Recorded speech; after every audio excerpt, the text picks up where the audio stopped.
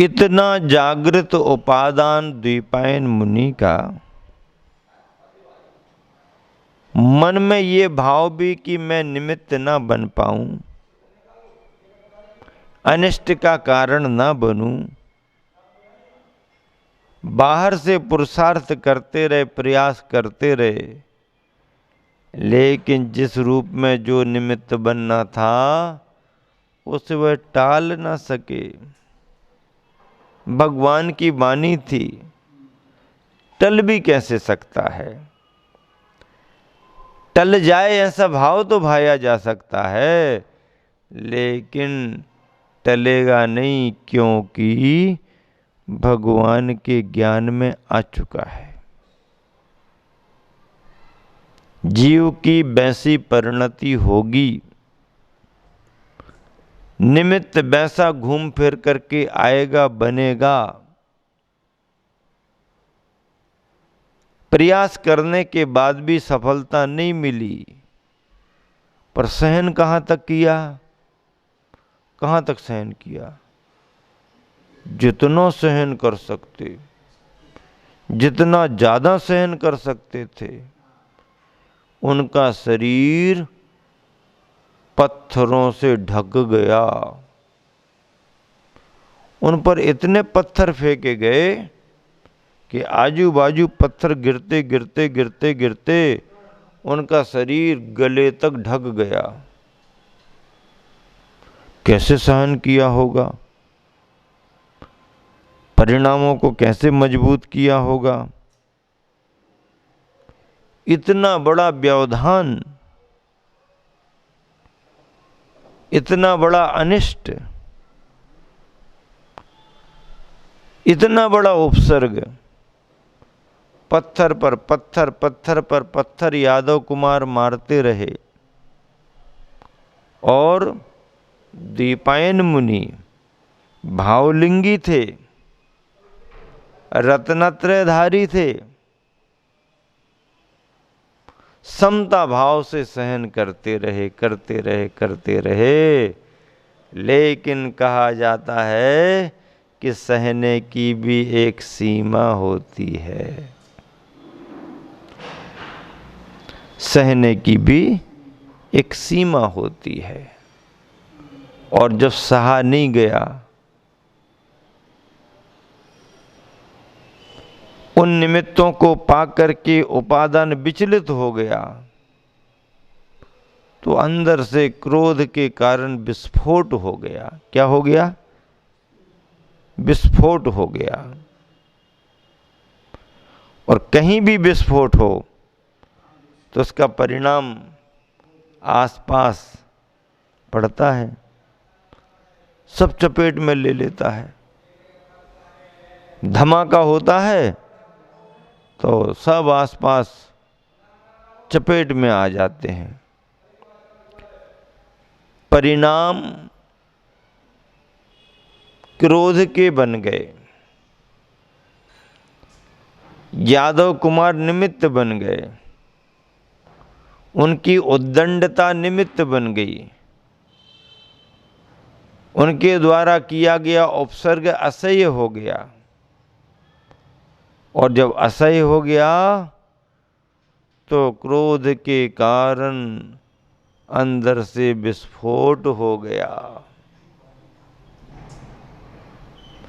निमित्त भारी पड़ गए, उपादान कमजोर रह गया। कमजोर उपादान जब विस्फोट में आया तो द्वारिका तहस नहस हो गई। ये स्थिति है।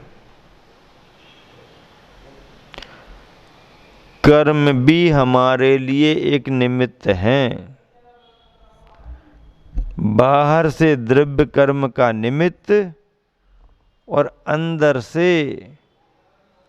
से उन भावों का अनुभव, अंदर से उन भावों का अनुभव। कर्म का निमित्त यदि ना हो तो जीव के परिणाम विकारमय ना हो। जीव के परिणामों को विकारमय होने के लिए कर्म भी तो निमित्त है। ऐसे कर्म के निमित्त को पा करके जीव राग द्वेष करता है, राग द्वेष में परिणत होता है। उदाहरण दे दिया गया, स्फटिक मणि का अपना कोई रंग नहीं है, पर स्फटिक मणि के सामने जो कोई भी कलर रखा जाए, जो कोई भी जिस किसी भी रंग का फूल रखा जाए, स्फटिक मणि उस रंग में ढल जाती है,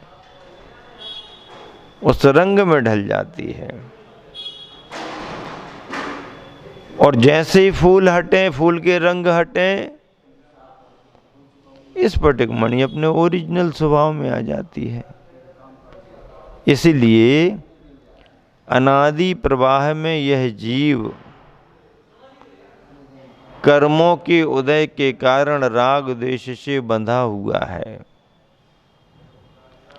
अब एक सिद्धांत और है,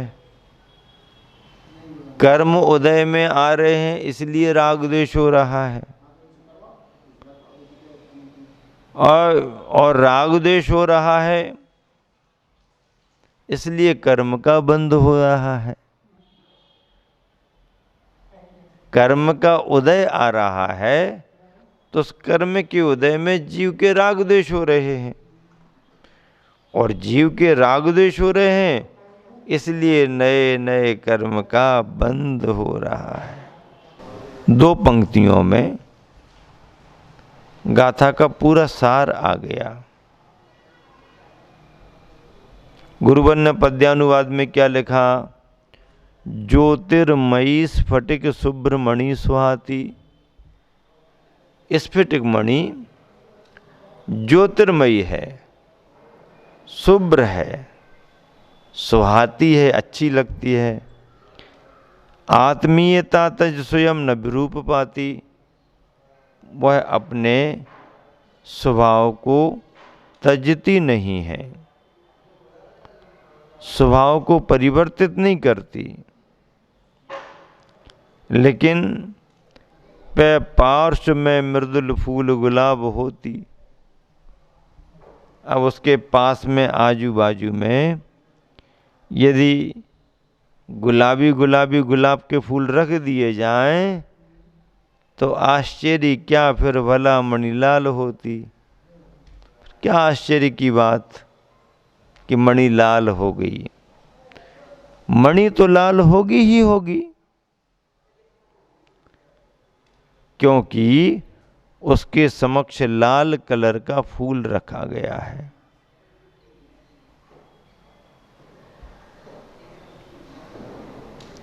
पद्यानुवाद में उसी बात को स्पष्ट किया गया।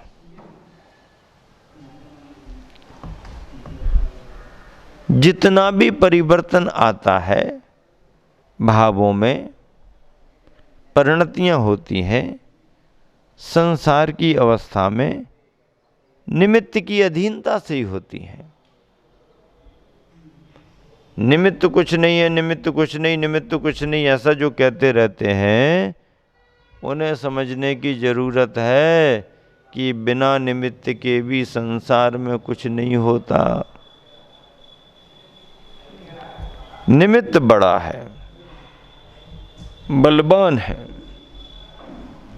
उपादान तो हमारा होना ही चाहिए, उपादान तो हमारा होना ही चाहिए, लेकिन निमित्त की भी अपनी भूमिका होती है। इस तरह से दो गाथाओं के द्वारा आचार्य प्रवर कुंद कुंद स्वामी ने निमित्त के प्रभाव को दर्शाया है, और स्फटिक मणि का उदाहरण उसमें दे दिया है। ये ऐसे प्रसंग हैं जो अपने आप में सिद्धांतों के रहस्यों को उद्घाटित करते हैं, सिद्धांतों के रहस्य उद्घाटित हो रहे हैं।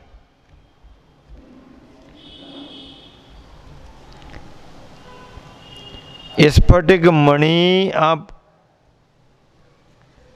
कितना भी देखो, कोई रंग नहीं, लेकिन कलर यदि आ गया तो फिर उसको रंगीन होना ही पड़ेगा। फूल में मणि को प्रभावित करने की सामर्थ्य है और मणि में फूल से प्रभावित होने की सामर्थ्य है। फूल ही यदि कलर बदलता है तो फिर पत्थर का कलर बदल दे, दीवाल का कलर बदल दे। फूल दीवाल और पत्थर के कलर नहीं बदल सकता, फूल स्फटिक मणि को बदल सकता है। स्फटिक मणि में योग्यता है बदलने की, और फूल में निमित्त के रूप में योग्यता है स्फटिक मणि को बदलवाने की। हाँ, निमित्त है। हवा चलती है तो लहर उठती है, लेकिन तय तो करो कहाँ। हवा चलती है तो लहर बनती है लहर। कहाँ? दीवार पर बनती क्या? कहाँ बनती? पानी में। पानी में लहरदार होने की क्षमता है और हवा में पानी को लहरदार करने की क्षमता है। पानी में लहरदार होने की योग्यता है और हवा में पानी को लहरदार करने की योग्यता है। नहीं, हवा तो लहरदार बना देती है तो बिल्डिंग को लहरदार बनाए, पर वैसी हवा चाहिए जो बिल्डिंग को लहरदार बनाए। सामान्य से चलने वाली नहीं, पत्थर को नहीं, पानी को हिला सकती है। तो हवा चलने से हिलता ही है, तो सब नहीं हिलता, पानी हिलता है, बाकी नहीं हिलते हैं। तो पानी को कोई भी हिला सकता है? नहीं, पानी को हिलाने के लिए हवा ही चाहिए, उतना प्रेशर अंदर तक वही ले जाएगी। निमित्त नैमित्तिक संबंध है, उसकी परिणति है ये। निमित्त नैमित्तिक संबंधों की परिणति मानी गई है।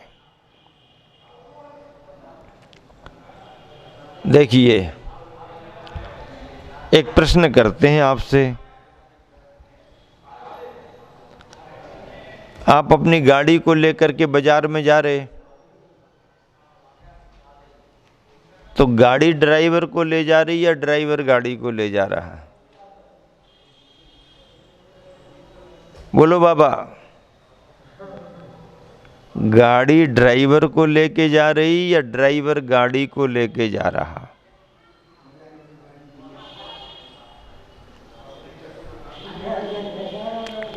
ड्राइवर ले जा रहा गाड़ी को, तो फिर ड्राइवर ले जा रहा गाड़ी को। गाड़ी नहीं हो तो ड्राइवर कैसे जाए?